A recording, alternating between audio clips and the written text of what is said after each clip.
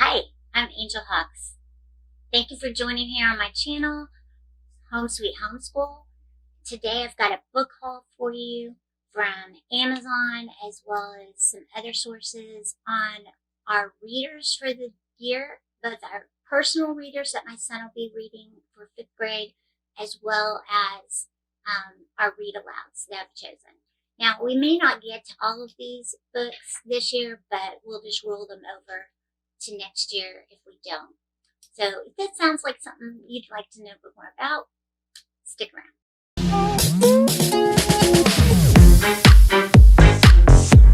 Let's get started jumping into these books. First of all, I got these little readers for enhancing our history curriculum. So we're in Texas, so a couple of these are specifically for Texas history. Who was Davy Crockett and who was Daniel Boone. Then we have what was the Great Depression, who was Thomas Jefferson, what was the battle at Gettysburg, and what was the Boston Tea Party. These are just some of the books in this Who Was and What Was series that I've gotten, and I will get more as we go through. Next, we've got a sweet little reader called A Race Around the World, the true story of Nellie Bly and Elizabeth Bislin, written by Caroline Starr Rose. And this is a true story of two women who raced against time and each other to go around the world. Looks like a great book. Next, I've got a series of readers that I got off of Amazon. This is actually a set of 4. My son is reading the first one right now and is almost done with it. Each one is a nonfiction book on a species of dinosaur. And the first one's on T-Rex. And then we've got Triceratops, Stegosaurus, and Velociraptor. So he loves these books. Highly recommend. Next, we've got Tom and Tallulah and the Witch's Feast by Vivian French. Looks like a fun little book. After all sorts of mayhem, Tallulah Tickle has one last chance to keep her place as a witch's apprentice. She must prepare a mouth-watering midnight feast in just 3 days. The wicked witch Gertrude is plotting against her. With help from her brother Tom, can Tallulah whip up something special before time runs out? Next, we've got Mouse Scouts Camp Out. 1 troop, 6 mice, friends forever. The Mouse Scouts have everything they need for a camping trip, or do they? Backpacks check, first aid kit check. Miss Poppy. Uh-oh, where's Miss Poppy? Next, I've got an Usborne book. This is a condensed version of Black Beauty on a 4th grade reading level and with illustrations. It's a good book.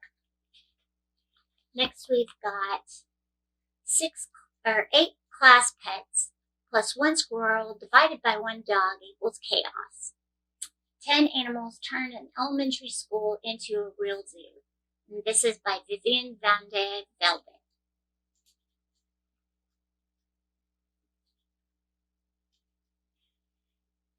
All right, that is all of the personal readers that we've got.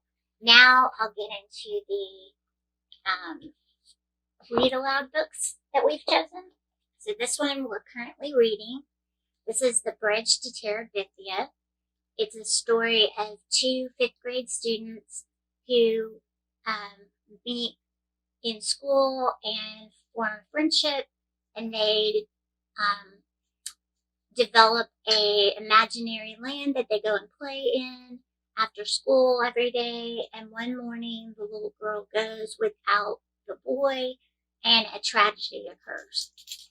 And the little boy has to gather his strength and the love of his family and friends to help him deal with his grief. Next, we have The Great Turkey Walk.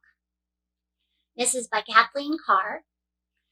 15-year-old Simon Green has just completed the 3rd grade for the 4th time. When Miss Rogers tells him it's time he made his way into the world of 1860. Simon may not be book smart, but he hatches a plan that could make him a fortune. He intends to herd 1,000 turkeys from Missouri to Denver, where meat is scarce and fetches a high price. Bankrolled by Mrs. Rogers and accompanied by a loyal Grover and his dog, 4 mules, and a wagon full of shelled corn, Simon undertakes the biggest journey of his young life in this wild, wild west adventure. Kathleen Carr.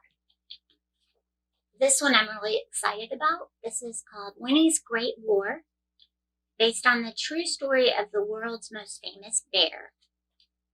This is about Lieutenant Harry Colburn, who takes a bear, named her Winnie, and made her the mascot of the 2nd Canadian Infantry Brigade. Together they crossed the ocean to where the Great War raged. It would be a time of close calls, thrilling triumphs, painful sacrifice, and a friendship that changed history. By the war's end, millions would know her name. Here is the story of the real bear who inspired Winnie the Pooh. This one makes me giggle because when I first showed this to my son, I was saying, look at the books I got you. He was like, Mom, that looks really, really boring. And I looked at the cover and I was like, well, I can't really argue with that. It was written a long time ago, and it could use a facelift on the cover to make people want to read it, but it does sound like a great book. It's called The 17th Swap by Eloise McGraw. Eric Green needs $17.99 fast. He wants to buy his young, crippled friend Jimmy a pair of outrageous red cowboy boots that are on sale for 1 week. But how can Eric get the cash that quickly? He has no money, but he does have a plan. He can swap for the boots. So he begins a series of wheelings and dealings with some fascinating people. And along the way, Eric learns some very surprising things about himself, and that makes the 17th swap the best swappable. So it does sound good, just not so great a cover. Okay, this one I read when I was in 5th grade, and so I want him to read it. It is cheaper by the dozen, and hopefully you've probably seen the movie. It's about a family with 12 kids and the funny things that they do. I really enjoyed this, and I'm hoping you will too.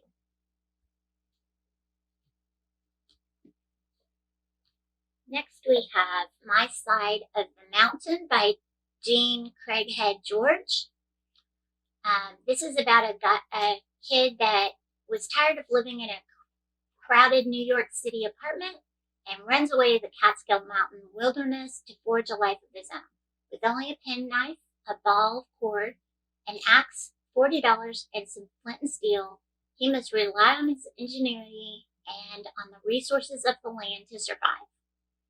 And survive he does. This is Sam's fascinating account of his life in the wild and what he learns about the wilderness and himself in the process.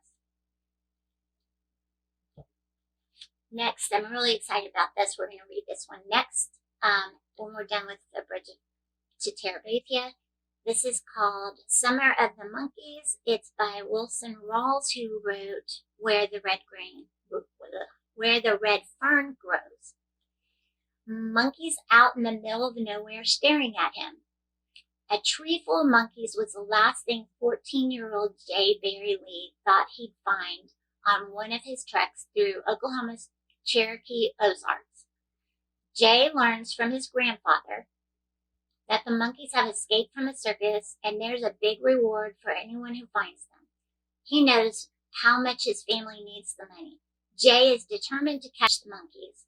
It's a summer of thrills and danger no one will ever forget. That sounds so good. I can't wait. And one more. This is The Thimble Summer by Elizabeth Enright.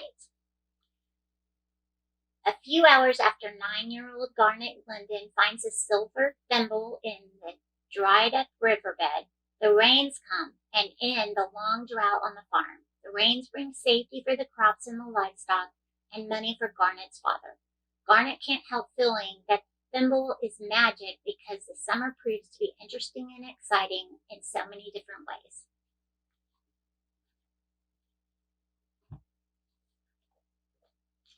Okay, I think that was all. And then I have my reading guides that I got. I wasn't able to get all the same publisher of these reading guides because maybe they don't make them or I couldn't find them on sale. So I found the guides where I could at the best price. So this one is My Side of the Mountain by Progeny Press. This one is On the Bridge to Terabithia that we're using right now. It's by Novel Units. I really like this publisher of these study guides.